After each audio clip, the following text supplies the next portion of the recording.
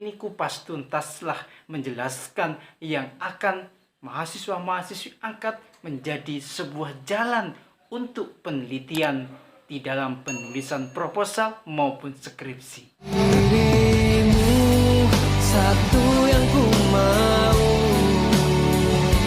takkan lagi ada selain dirimu. Cinta suci hanyalah untuk. Assalamualaikum warahmatullahi wabarakatuh. Welcome back to channel DR Gusi MPD.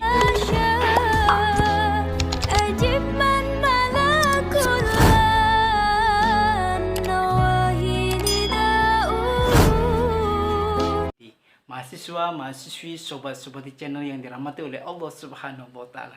Di perkuliahan hari ini saya akan membahas tentang proposal bab 3. Sekaligus join dengan seorang mahasiswi yang cantik, yang pintar, yang cerdas otaknya untuk membantu kita pencerahan di dalam membuat proposal penelitian khususnya bab ketiga. Skripsi dan skripsi merupakan suatu momok terbesar bagi para mahasiswa semester akhir. Masih banyak para mahasiswa di luar sana berpikiran bahwa skripsi ini tuh sangat sulit untuk dikerjakan. Bener apa enggak? Gimana? Bagi kalian yang calon semester akhir, pasti kalian bingung kan bagaimana cara memulai menyusun skripsi? Atau bagi kalian yang sedang dalam penyusunan skripsi, pasti kalian juga bingung kan bagaimana menyusun skripsi dengan cepat dan mendapatkan hasil yang sempurna. Itu jangan kemana-mana, tetapi channel kesayangan Anda untuk mendapatkan informasi-informasi mengenai tentang penelitian gimana mempercepat penulisan proposal di bab yang ketiga.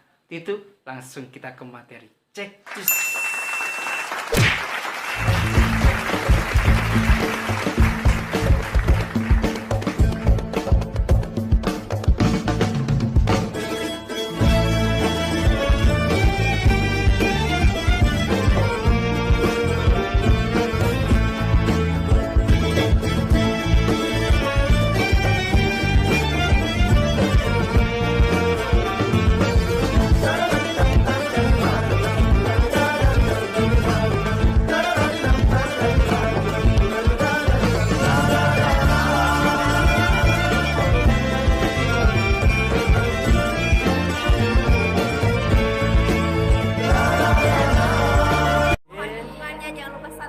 Like,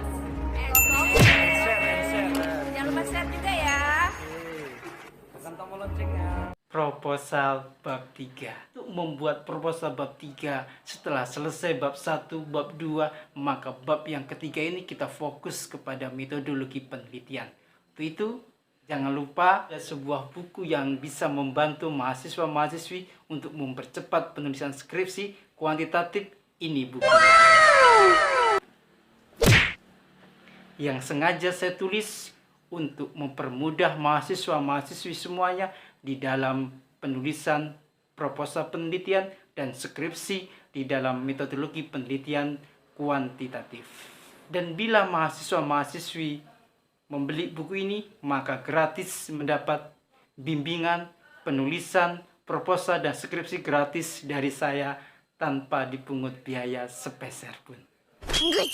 Itu jangan lupa beli bukunya untuk membantu mahasiswa-mahasiswi di dalam menyelesaikan penulisan akhir dan penulisan akhir untuk mendapatkan gelar serata 1, serata 2, dan serata 3. Bab yang ketiga ini kita bicara sebuah jenis penelitian. Karena di metode 1 ini kita khusus kepada penelitian kuantitatif, maka kita mengambil jenis penelitian yang berbasis kuantitatif. Bisa eksperimen, bisa korelasi, bisa komparatif, dan juga bisa penelitian tindakan kelas atau action research. Inilah jenis-jenis penelitian di dalam penulisan skripsi, proposal penelitian, dan skripsi, yaitu penelitian kuantitatif. Maka di bab ini kupas tuntaslah menjelaskan yang akan mahasiswa-mahasiswi angkat menjadi sebuah jalan untuk penelitian di dalam penulisan proposal maupun skripsi. A few moments later. Setelah itu, maka mahasiswa-mahasiswi dituntut untuk menjelaskan tempat dan lokasi penelitian. Tempat ini menyatakan bahwasanya mahasiswa-mahasiswi akan meneliti di lembaga mana, lokasinya di mana, di bulan berapa ke bulan ke berapa. Di dalam menentukan tempat dan waktu penelitian, maka seorang mahasiswa-mahasiswi dituntut jeli di dalam menyelesaikan tugas, menyelesaikan skripsinya, yakni biasanya penelitian itu waktunya hanya 3 bulan. Berapa? 3 bulan. Selesai penulisan skripsi. Mudah bukan? Masih ada yang mengatakan sulit? Kalau masih ada, maka mudah sekali.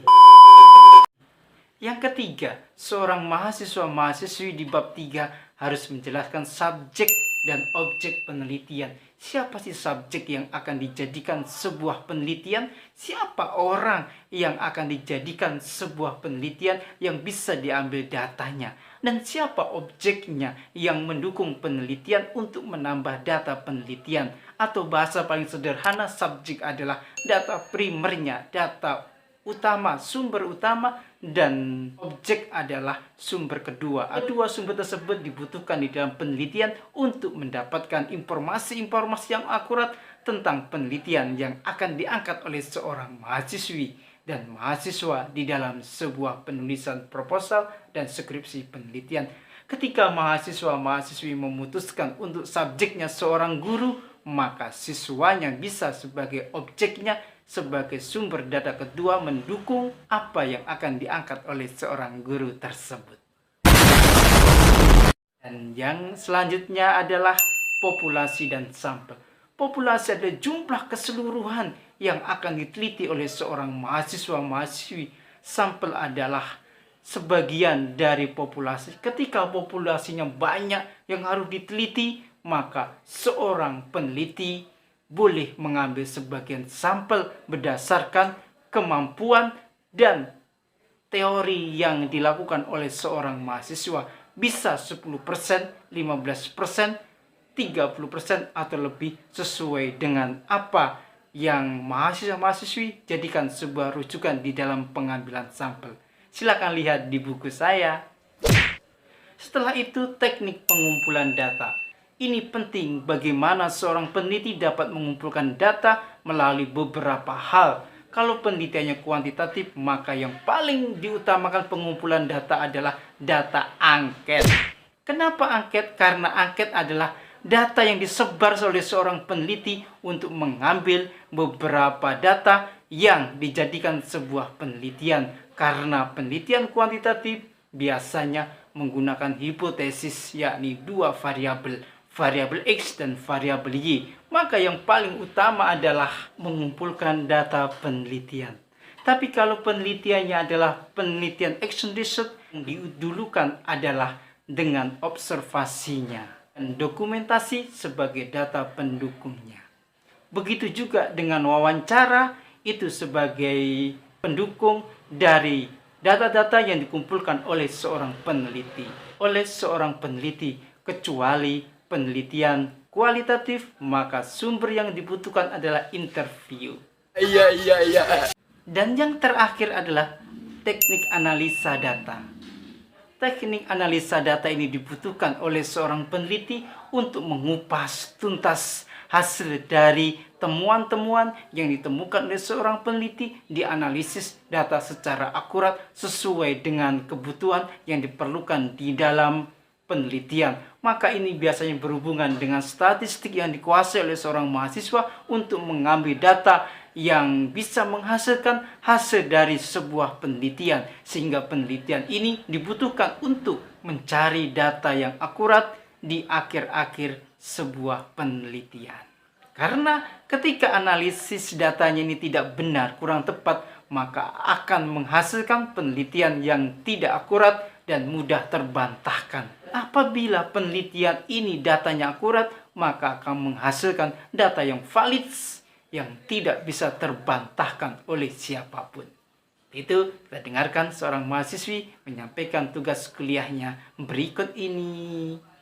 Tips yang pertama, Cari referensi dulu, lalu pilih tema penelitian. Nah, ini langkah awal yang sangat harus diperhatikan mahasiswa sebelum mereka menyusun skripsi. Nah, di sini aku bagi 2 poin ya, yakni referensi dan tema. Nah, kedua poin ini sangat berkaitan erat untuk membantu kalian dalam mengerjakan skripsi nanti. Jadi aku jelasin cara mengaitkan kedua poin ini. Kalian sebelum menyusun skripsi harus pilih minimal 3 tema yang paling kalian sukai. Karena ketika kalian mengerjakan skripsi sesuai dengan hal atau peminatan yang kalian inginkan, maka kalian akan semangat untuk mengerjakan skripsi tersebut. Nah, setelah tema yang kalian sukai telah kalian tetapkan, maka kalian hubungkan dengan poin referensi ini. Mengapa? Nah, ini penting. Jangan sampai ketika kalian menetapkan tema-tema yang kalian sukai, namun tema-tema yang kalian sukai tersebut sedikit referensinya. Hal tersebut akan menyusahkan kalian saat penyusunan skripsi nanti. Tema yang kalian pilih keren-keren nih, tapi saat melihat referensinya dari jurnal-jurnal yang ada, buku-buku yang ada di perpustakaan, itu sangat minim dan sulit untuk ditemukan. Referensi ini sangat dibutuhkan untuk penyusunan skripsi karena jika referensi kalian sedikit, maka pembahasan yang akan kalian tulis juga akan sedikit. Di saat menyusun latar belakangnya, tujuan kalian mengambil tema ini apa, tentu kalian akan melihat referensi yang telah kalian dapatkan. Nah, paham tips yang pertama?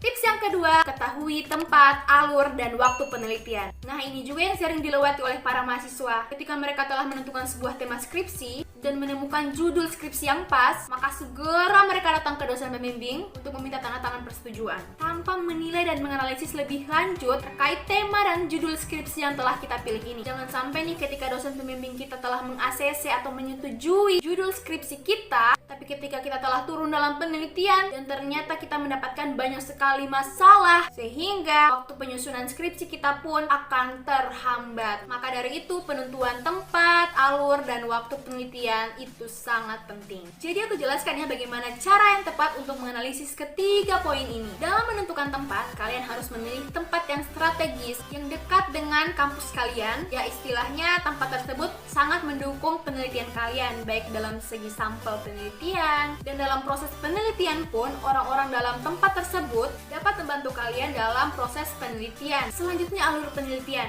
Nah, ini juga, bayangkan proses penelitian kalian ini akan berjalan seperti apa alurnya. Desain penelitiannya bagaimana, variabel penelitiannya apa-apa saja, teknik pengambilan sampelnya bagaimana, pengumpulan datanya, sampai pengujian hasilnya itu bagaimana. Nah, bagi kalian yang bingung apa sih teknik penelitian dan lain sebagainya, kuncinya kalian harus banyak bertanya pada para senior, atau kalian juga bisa bertanya pada dosen pembimbing kalian. Selanjutnya, waktu penelitian. Nah, ini kalian harus pertimbangkan baik-baik. Aku penelitiannya kurang dari 1 minggu. Aku saranin ke kalian agar membuat waktu penelitian sesingkat mungkin, atau bisa juga 1 bulan paling lama penelitian kalian, supaya kalian bisa menyelesaikan skripsi dengan sangat cepat. Jangan sampai nih kalian memilih judul yang sangat keren banget, kalian sangat terobsesi sekali dengan penelitian kalian, tapi kalian tidak mempertimbangkan waktu penelitiannya. Besar kemungkinan kalian akan menemukan berbagai macam hambatan saat proses penyusunan skripsi nanti. Itulah mengapa ketiga hal itu harus kalian pertimbangkan baik-baik sebelum kalian mengajukan judul skripsi ke dosen pembimbing kalian. Tips yang ketiga, kenali karakter dosen pembimbing kalian.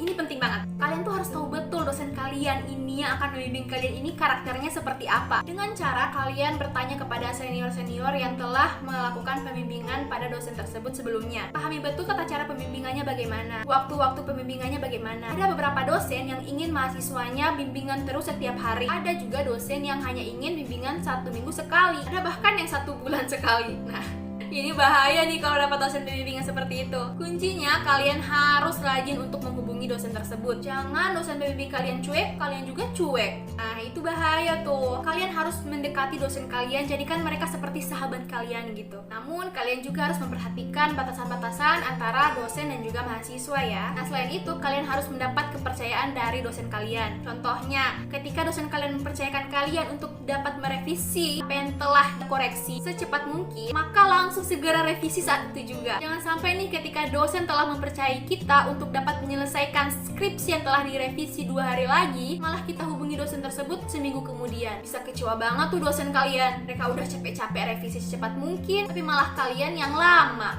akhirnya berdampak pada hubungan kalian dengan dosen tersebut. Ketika kalian menghubungi lagi, dosen akan ogah-ogahan dan malas untuk merevisi hasil revisi kalian karena udah merasa dikecewakan sebelumnya. Nah, itu sih yang harus penting banget buat kalian ketahui. Tips yang keempat, atur jadwal sebaik mungkin. Nah, ini nih, kebanyakan mahasiswa itu kebanyakan mikir tapi actionnya kurang. Terlalu memikirkan bagaimana sih memulai, bagaimana mendapatkan, bagaimana penyusunan, tapi actionnya kurang. Kayak merasa sulit banget, udah malah istirahat sebentar. Nah, hati-hati nih, kebanyakan istirahat juga bisa bahaya loh. Usahakan kita membuat motivasi besar pada diri kita, di mana motivasi tersebut akan membuat kita sangat bersemangat untuk menyelesaikan skripsi. Misalnya, aku mau cepat nikah nih, maka aku segera menyelesaikan skripsi karena calon aku tuh mau melamar aku sebentar lagi.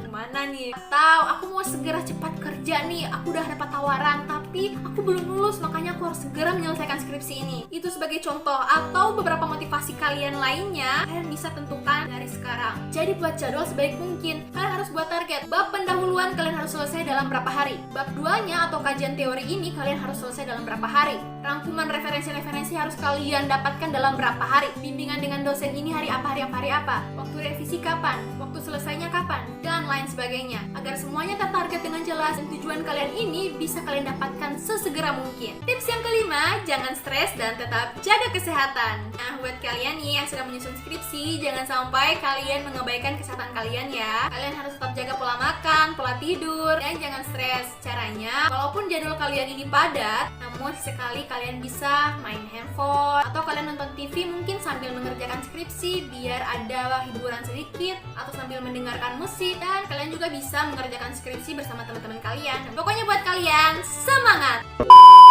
Oke teman-teman, itulah beberapa tips dan trik buat kalian agar kalian dapat menyelesaikan skripsi dengan cepat. Aku doakan yang nonton video ini semoga bisa lulus tepat waktu, mendapatkan nilai yang terbaik, dan tentunya selalu sehat dan bahagia. Di next video aku bakalan kasih lagi tips dan trik seputar penyusunan skripsi, yakni mengenai cara mencari referensi yang cepat dan tepat pada situs-situs yang terpercaya. One eternity later. Siswa mahasiswi yang dirahmati oleh Allah Subhanahu wa Ta'ala, itulah hal yang terpenting di dalam proposal penelitian diajukan menjadi sebuah skripsi yang menjadi sebuah rancangan penelitian di bab ketiga ini. Sehingga bab ketiga ini membuat kita semuanya sudah menggambarkan rancangan yang sesungguhnya di dalam penelitian. Demikian perkuliahan hari ini, semoga berkah dan manfaat. Apabila ada kekurangan mohon dimaafkan. Bila ada pertanyaan silahkan kusi di kolom komentar.